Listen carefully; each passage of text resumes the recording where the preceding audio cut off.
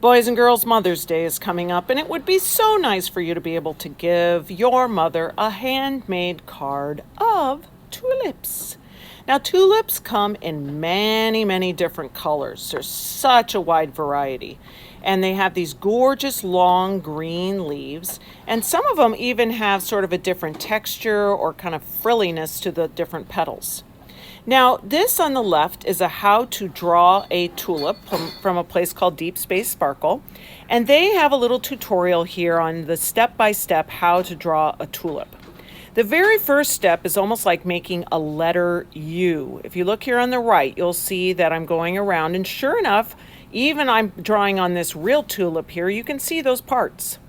Step 2 is almost like drawing a narrow upside down U inside of the big U. So you have an upside U, then a upside down U.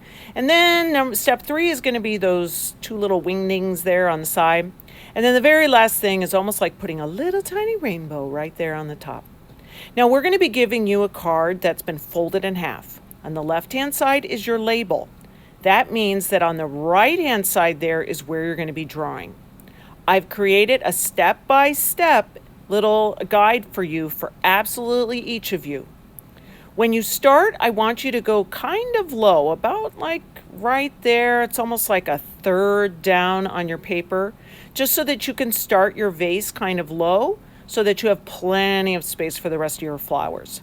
You can make any shape vase you like, and if right off the bat you hate your vase, don't worry, just redraw over it, and by the time you color it in and put some designs on it, no one's going to see it. Now I'm doing my letter U's to start off my tulips. Please don't line them up like they're in the military marching in a parade. You want to kind of have them random here and there. And now I'm going and putting that upside down U inside of there. Next, step 3, I'm going to be putting the little wingy dingy things there on the side. And to be honest, I think mine kind of look like a human with cat ears or something. I wish I had watched a little bit more carefully on those first instructions. But even though I have an issue with how my tulips look, and on top of it, I'm forgetting to put the little rainbow on top. So sad. It still ends up looking good. So just for a review, the first is the letter U, then you're doing the upside down U, then you're doing the little wings on the side, bloop, bloop, and then you're going to do the little rainbow. Now that you have your tulips all finished, the next are long leaves. If you draw a curved line and start at the top and bounce back down to the bottom, start at the top and bounce down to the bottom, you're going to have a gorgeous leaf. If you even do a curved line, you can start at the top and then connect down at the bottom, and you'll have these stunning tulip leaves. Now I'm going to put some leaves coming from the very bottom just to start, just to kind of fill it in. And then we're going to be drawing a few lines that almost look like fragrance from the tulips, just wandering through there. Look at that. Just like, oh. But we're going to take those and turn them into leaves. I'm going to start at the top, connect to the bottom, start at the top, connect to the bottom. And do you see how I now have these gorgeous little tulip leaves meandering through my tulips? Now, we have floating leaves and cat heads. So we are now going to connect it with some stems. And all of a sudden, things are just taking shape. It looks amazing. And when you finish all your stems, you can even go and add a few more leaves, just like tuck a few in there, here and there, and it will look very awesome. At the very end, you're going to be drawing a line along the bottom. Don't cross through your vase, skip over. And then just to be a little more fabulous, you can make a little shadow down there on the bottom.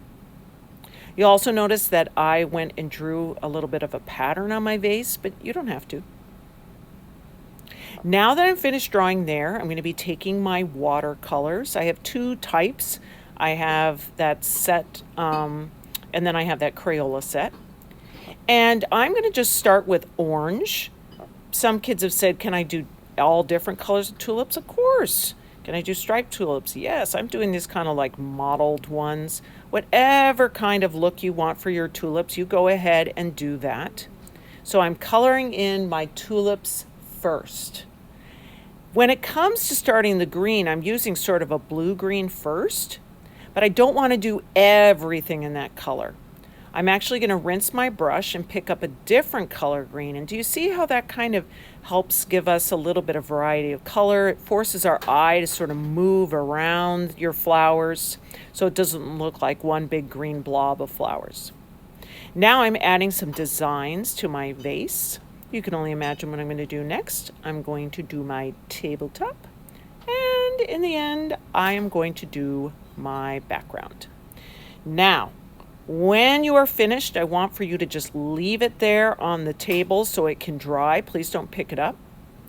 Each of you, again, remember, have on your idea sheet the steps, the first 3 steps, and then how to be able to finish it. And I'm going to be leaving this graphic up here for you for a while up on the screen so that you can refer to it for ideas as you begin to make your card. Have fun.